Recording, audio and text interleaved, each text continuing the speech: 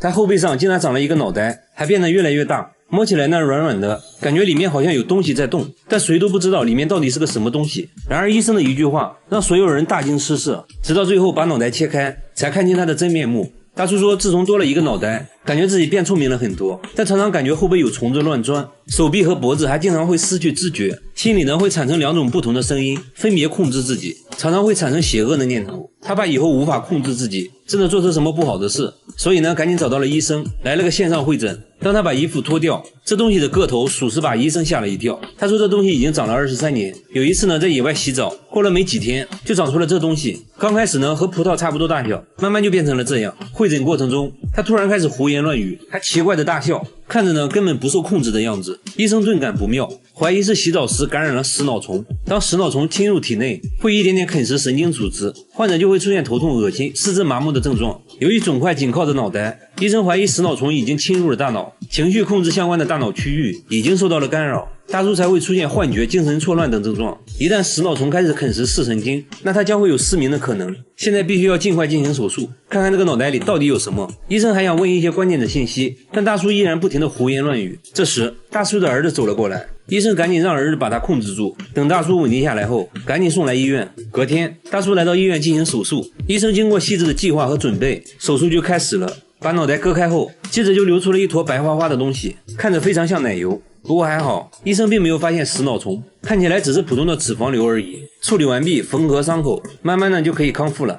这里的女人体重不到200斤，根本嫁不出去，瘦子在这里会被嘲笑，只有200斤以上的才能叫美女。村里男人的梦想就是能娶上一个200斤的老婆。采访过程中，男人们还说出了一个流传1000年的奇怪习俗，更加震惊了节目组。这4位就是当地的女神，一个比一个胖，追求者也是一个比一个多。他们是准备竞选春花的，竞选春花的标准要超过200斤，他们吃完饭就要称体重。第一位体重210斤，刚刚及格；第二位体重268斤，还不错；第三位体重284斤，很有竞争力。然而现在的春花表示不服，小心翼翼地站上体重计，生怕把体重计踩坏。果然，体重计在显示428斤后直接黑屏。不过呢，她现在的地位还是很稳固的，在这里只有200斤以上的才能叫美女，连这位18岁的少女体重都达到了218斤，因此还交到了男朋友，还说男朋友对自己爱到不行。出于好奇，节目组决定采访村里的男人，结果大家都说自己就喜欢胖的，越胖越爱，无法自拔。还说这种习俗已经传承了1000年，胖老婆能彰显自己的成功，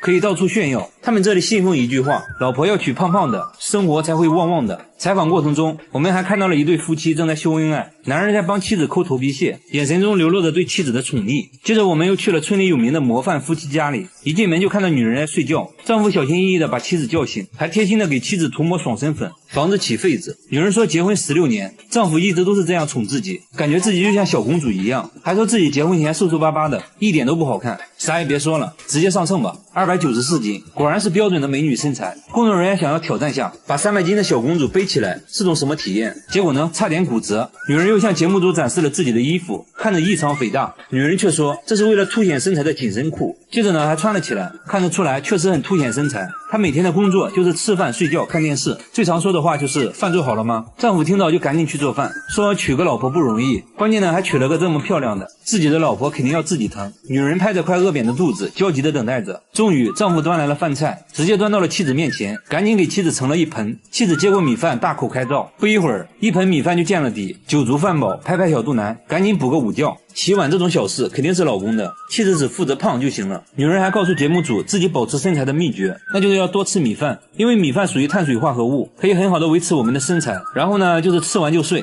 为了方便妻子出行，丈夫还贴心的打到了专属座位，妻子艰难的爬上座位，没成想油门踩到底，车子呢却一动不动。丈夫把车推到平坦的路面，车子才勉强走了起来。在路上，老公洋洋得意，一直在炫耀自己的老婆。可以看到，村里像他这样的改装摩托还有很多，一般呢都说明家里有个200斤以上的老婆，这是身份的象征，比开宝马奔驰有面子。豪华一点的还会安装个遮阳顶。节目组不禁感慨，难道村里就没有一个瘦子吗？随后在村里找了半天，终于看到一个很瘦的女孩。女孩呢显得很不自信，一打听才知道至今没交过男朋友，成了村里为数不多的大龄剩女。一旁的父亲都愁坏了，说只要嫁出去不要彩礼，陪嫁100万。即使这样，仍然没有人上门，为此他感到很自卑，可偏偏自己怎么吃都吃不胖，为此呢还差点得抑郁症。节目组当场做起了媒人，要给女孩介绍对象，把街边的一个流浪汉拉了过来。流浪汉看到女孩后连连摇头，说自己的理想型是胖胖的，说完直接转身就走了。更让女孩心里不平衡的是，自己的闺蜜却是个标准的美女，追求者众多。这不，闺蜜刚回家，家门口就出现了3个追求者，其中一个已经追了2年。他们在门口蹲守半天，只为看闺蜜一眼。舔狗们和男孩们一直到深夜才离开，还说明天再来。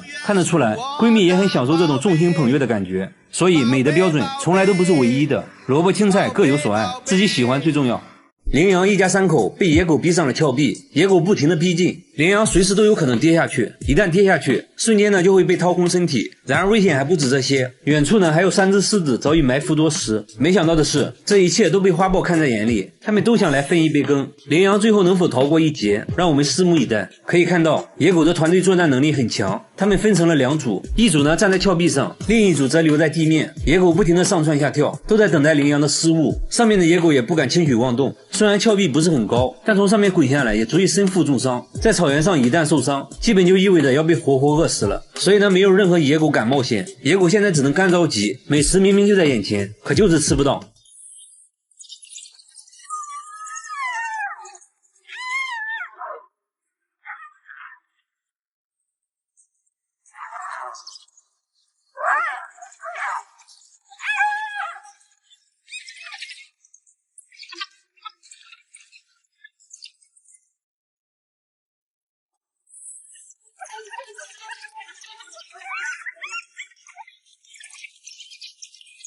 羚羊现在四面楚歌，内心呢也慌了一批，一旦被抓到，那就避免不了被掏缸。况且非洲野狗还是掏缸界的鼻祖，希望小羊能坚持下去。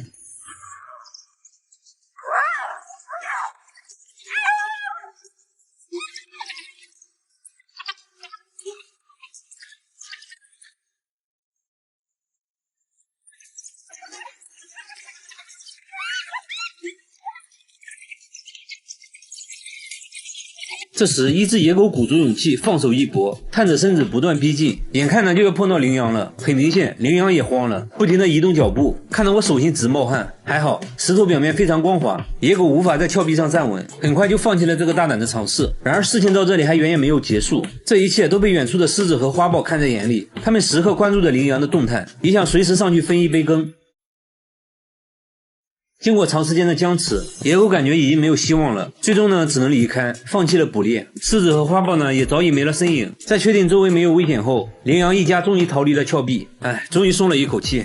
这里的人天天摆摊卖钞票，把钱当废纸论斤卖，个个都是亿万富翁，却吃不上饭，甚至呢有人被活活饿死。他们每天用手推车把钱拉到街上去摆摊，地上随意摆放着成捆的钞票，面额呢有500的、1000的，当面额大于5000，摊主才会用绳子把钱捆住，一沓沓现金就像冥币一样随意堆放在地上，没有任何安保措施，但根本不担心被抢。这一幕发生在索马里兰的一个钞票交易市场，这是全球唯一的钞票交易市场。交易过程呢也很简单，不需要点钞机，也不需要验钞机，这些钱是论斤卖的，一般呢是1斤能换1美元，偶尔多个几斤几两也没关系，摊主有时候就会多送一些来挽留回头客。家家户户堪比私人银行，即使有1亿现金掉在路上，也没人愿意捡，因为自己家的钞票都卖不完。更奇葩的是，这个国家不被国际社会认可，在任何世界地图上都没有这个国家，所以他们的钞票在世界范围来说不具备任何价值，甚至呢还不如白菜，买一颗白菜可能都要花上上百万。而他们的卖钱行为都是为了生存。他们使用的货币